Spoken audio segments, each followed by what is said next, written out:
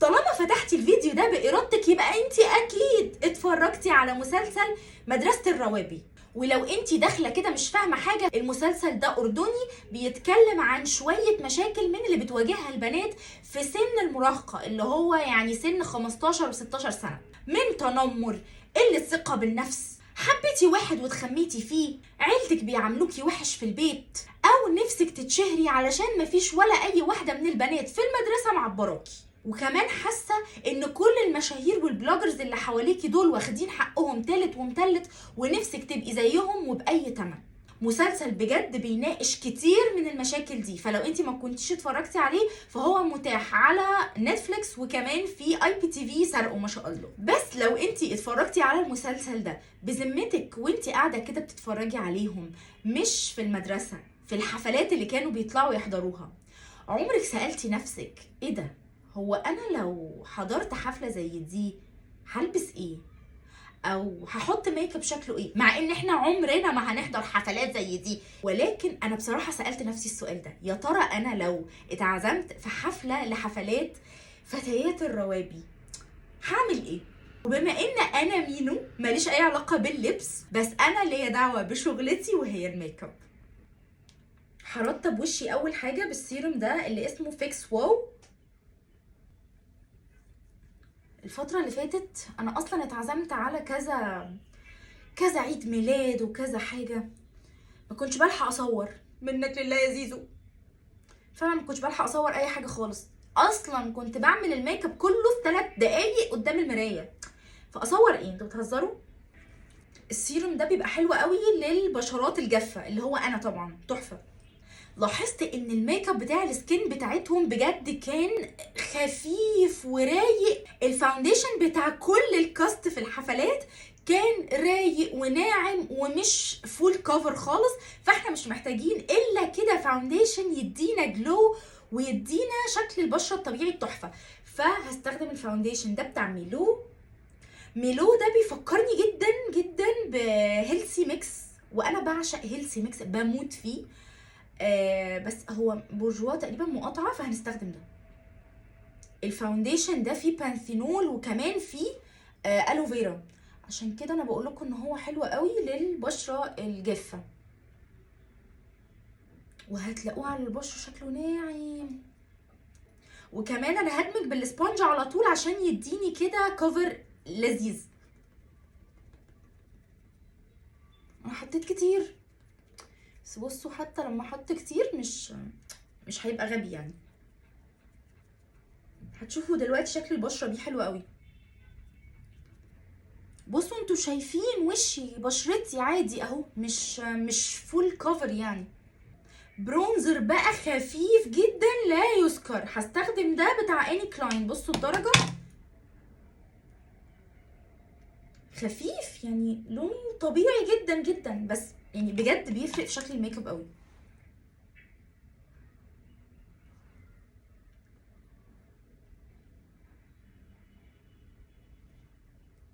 بصوا برغم ان المفروض الكونتورنج بتاع الانف بيكون على جراي، بس انا استحاله ما بقدرش، استحاله اعمل كونتورنج لمناخيري بلون جراي، ما بحبش، بحب دايما استخدم لون برونزر كده كده.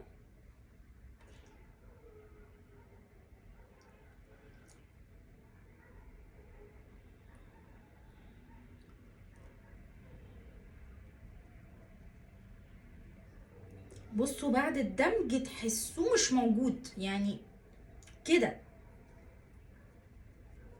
البنات ما كانوش تحت عينيهم ابيض اوفر، ولا كان في تغطيه اوفر تحت عينيهم، ولا نور، ولا الكلام الفارغ ده. فانا هستخدم الكونسيلر ده من اني كلاين، ودرجته كده متوسطه لذيذه. انت درجتك كام يا معلم؟ 3. بصوا الدرجه دي يعني حلوه وعلى اصفر، ما بتعمليش تنوير، بس في نفس الوقت درجتي حلوه معايا.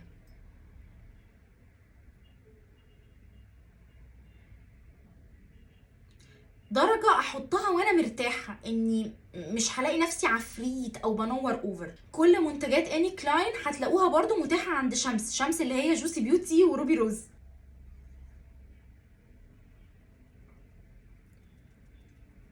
عايزه اقول لكم الكونسيلر رايق، مش اوفر، مش تقيل. من الكونسيلرز اللي ممكن قوي تستخدميها يوميا، وبجد الدرجه الحمد لله مش بيضه.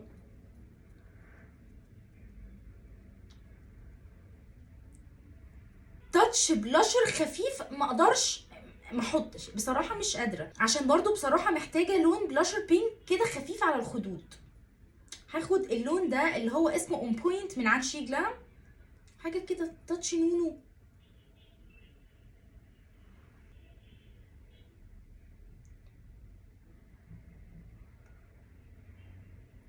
وهثبت وشي كله باللوس باودر دي بتاعت فيلز.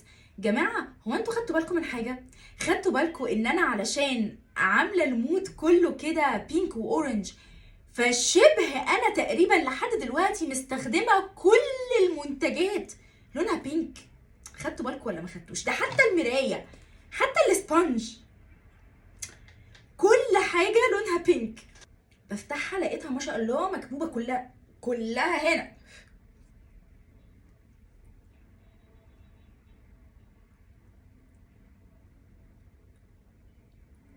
الباودر دي ناعمه قوي على الوش، فمش هيحصل حاجه لو انا كترت منها او عملت بيها بيكنج، يعني مش وشي مش هينشف. ما هو انا لازم للاسف اعمل بيكنج دلوقتي عشان انا ما عملتش اي شادو.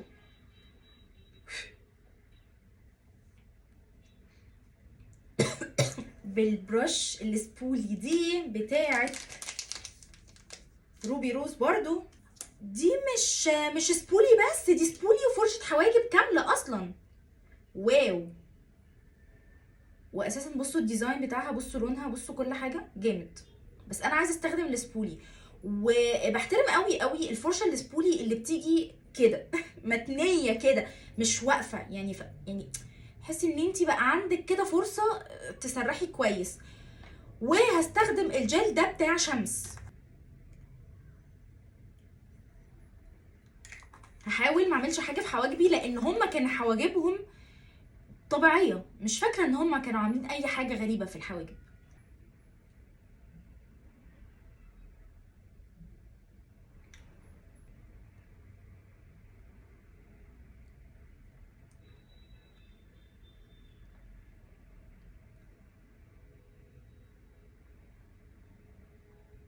هسألكوا سؤال، هو انتوا خارجين رايحين مناسبه مثلا، رايحين فرح، وبتجهزوا وبتحطوا ميك اب وكده، بتاخدوا وقت قد ايه في اللبس؟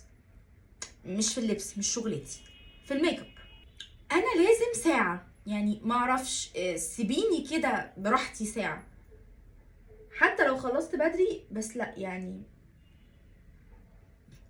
ادوني فرصتي احط ميك اب. يعني انا ما بخرجش كل يوم، فبصراحه بحب اخد فرصتي كده في اللبس. عايزاكم بقى تشوفوا انا هعمل ايه دلوقتي. الاول مش كانت السبونج دي فيها كده بواقي كونسيلر او بواقي فاونديشن؟ هحطها فوق عيني تاني، يعني مش هحط منتج جديد. وهثبت جفني كمان بلوس باودر من اللي كان في السبونج، يعني ما حطيتش تاني، ما حطيتش جديد. وده دلوقتي وقت الباليت دي. فاكرين باليت الهالوين دي بتاعت جوسي بيوتي؟ معرفش لسه موجوده لحد دلوقتي ولا لا الصراحه، بس انا حاسه ان دي من التراث اللي معايا، استحاله افرط فيها، استحاله. هاخد اللون الاورنج ده وهوزعه عند الكريس بس.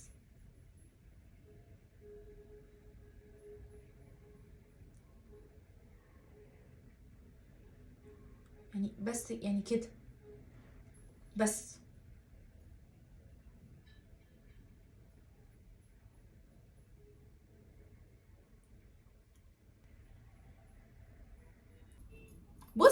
بصوا يعني تحفه. عارفين الباليت دي الكريمي دي؟ هاخد منها اللون البينك الفاتح ده وهرسمه هنا على الجفن المتحرك بتاعي لحد بره كمان.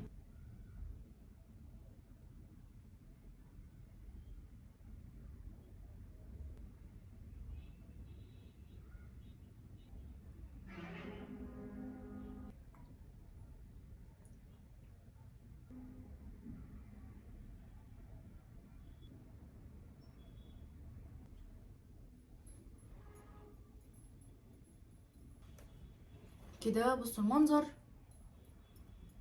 كيوت زي ما انا تخيلته بالظبط. هنرجع تاني بقى للباليت الاموره العسوله دي بتاعه جوسي بيوتي، وهاخد منها هذا اللون الفوشيا وهطبطبه فوق اللون البينك.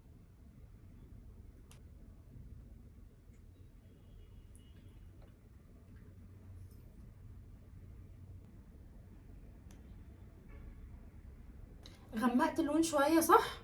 طب هو كده احلى ولا افتحه؟ نشيل بقى الفرح ده.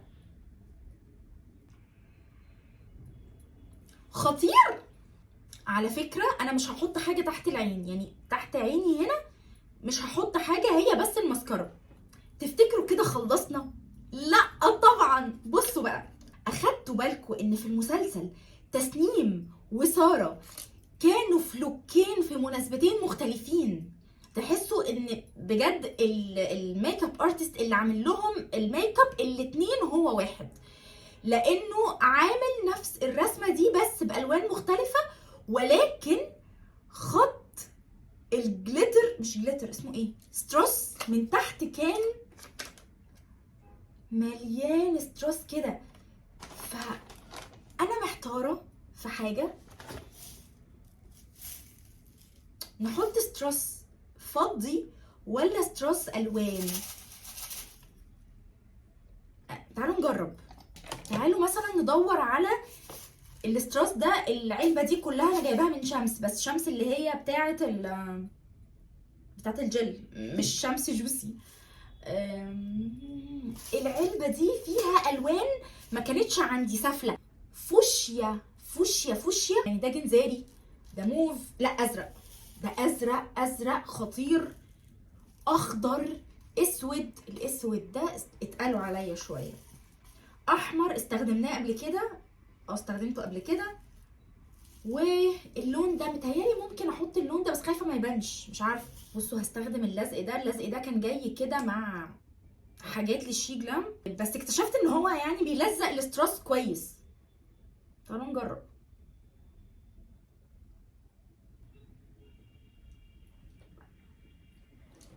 شايفينه؟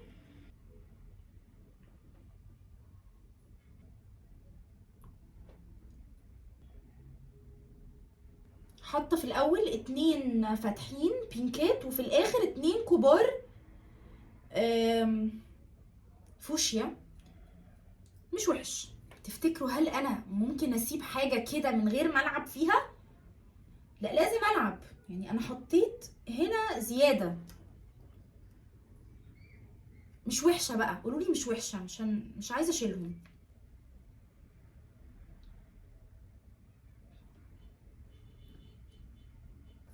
بصوا نورت تحت عيني بالكومباكت باودر دي. انا عايزه اقول لكم ان هي من احلى المنتجات بتاعه جوسي بيوتي بجد والله. هي اسمها بيبي دول.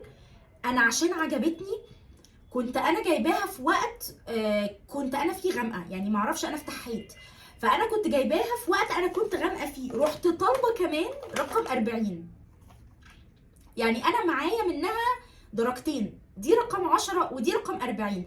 40 كنت بحطها على وشي كله. بصوا دي درجتها اهي. وعايزه اقول لكم ان مثلا في الشغل السواريه هتأدي جامد بجد. باودر حلوه قوي.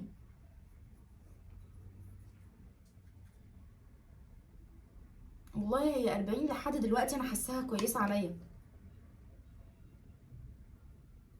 والله يعني كويسه عليا، بس انا عايزه انور دلوقتي تحت عيني باللي هي رقم 10 الفتحه دي. الاول بحطها بكميه كبيره وبعدين بشيل الزيادات شويه بحيث تعمل الاضاءه اللي انتوا شايفينها دي، وعلى الوش حلوه جدا فلتر. انا عارفه ان انا وعداكم ان التوتوريال كله بحاجات لونها بينك، بس مش لاقيه الماسكارا بتاعت جوسي بينك، فلقيت دي بتاعت روبي روز اللي هي اسمها تروبيكو. اعمل ايه؟ مش لاقيه التانيه.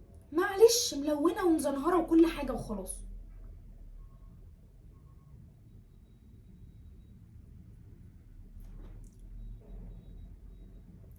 الماسكارا دي برضو لذيذه. بصوا شكلها. فحاسه ان انا ممكن استخدم الرموش دي بتاعت مريم فؤاد.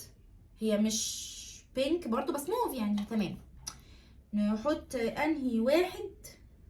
ممكن اول واحد اللي فوق ده، يعني نجربه كده. شوفوا مش هكذب عليكم، انا دايما بفضل احط رموش دايما. تحس اللوك بقى عسل ولا عسل قوي. البرونزر بقى هستخدم الباليت دي بتاعه فيلز دي. بصوا فيها لونين برونزر، لونين بلاشر، ولونين هايلايتر. يعني عايزه اقول لك لو انت عايزه باليت واحده تتجوزي بيها، لسه بتبداي تجيبي ميك اب مثلا اصلا، يعني عايزه حاجه فيها كل حاجه، هاتي الباليت دي عسل. فانا دلوقتي هستخدم انا خنفيت تاني ليه؟ فانا دلوقتي هستخدم اللونين دول بتوع البرونزر مع بعض.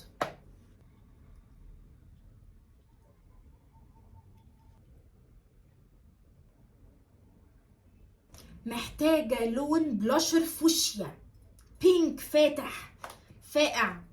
ليكي في البلاشرات البينك مش هتلاقي باليت فيها كل البلاشرات البينك زي دي، انا عندي زيها بالظبط بس مش بينكات، يعني اورنج والسيمون وكده. ف it's time for this color.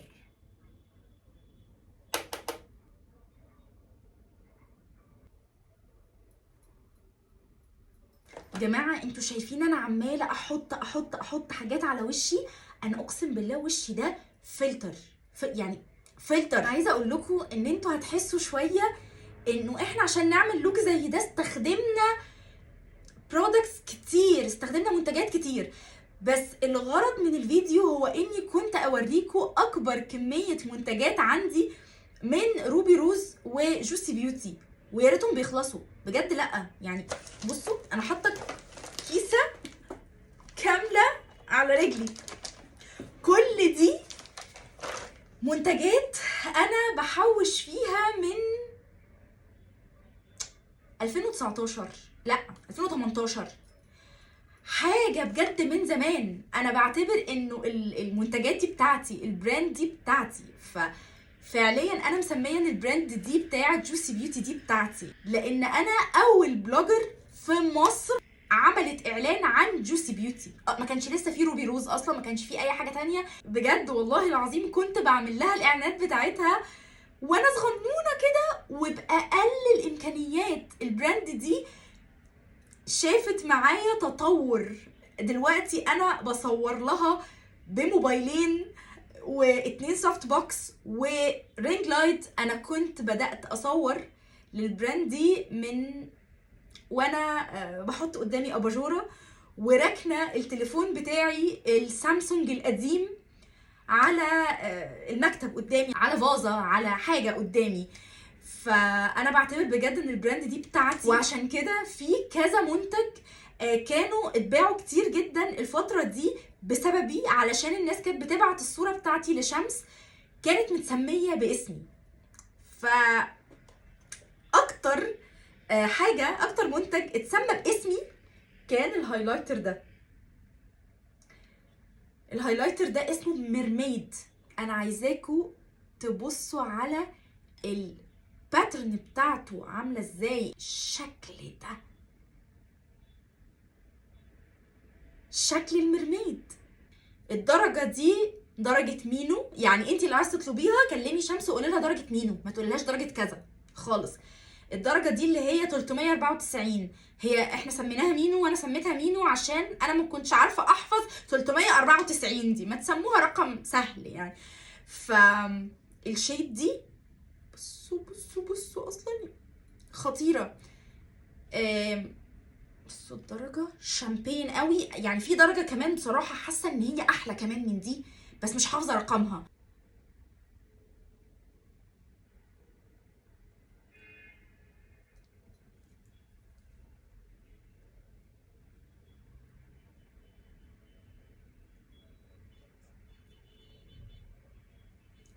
درجة شامبين فاتحة، بس انا عايزة فيه درجة تانية اغمق شوية على ذهبي شوية. خلاص بنخلص الحمد لله، وزيزو جاي فيلا نخلص. هحدد شفايفي بالليب لاينر ده من عند روبي روز انا عندي من القلم ده بتاع 4-5 الوان من كتر ما هو تحفه، لان هو اولا كبير جدا، ثانيا الكواليتي بتاعته تحفه، كريمي جدا مع البرايه بتاعته، فبجد هو مريح مريح مريح. بس لسه برياه اهو، بتبرى بسهوله، ولا دورت على برايه ولا عملت. الدرجه دي رقم 4 واسمها وورم بيج.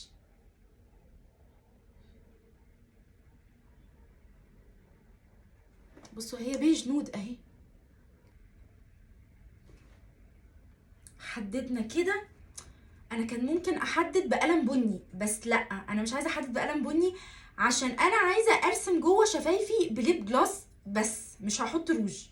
شوفوا عشان في ليب جلوس خطير، عشق عندي من سنين فعلا الليب جلوس ده مات، يعني هو ليب جلوس بس مات، ما فيهوش حاجه شيمر ولا حاجه. بصوا دي درجته، الدرجه دي اسمها هي رقم 9 دي ولا 6؟ 9.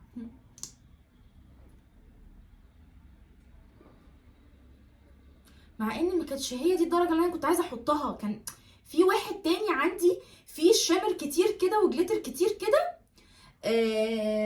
لونه بينك فاقع عن كده، يعني مش عارفه هو فين بصراحه.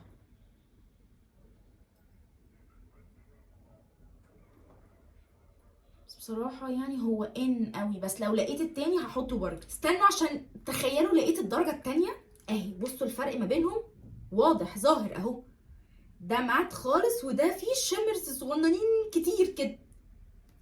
فتعالوا نحطه، على فكره حطيته يعني، فانتوا هتحسوا ان في فرق. من شويه كانت الدنيا ميته شويه، بصوا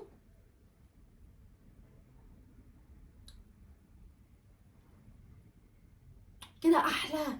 وبكده خلاص اقدر اقول ان انا جاهزه جدا للحفله. حاسه ان انا مش جاي لي قلب اقول لكم لو عجبكم اللوك تعملوا كذا كذا، لانه عاجبني قوي، يعني مفيش حاجه كيوت في العالم قد كده، يعني تحفه.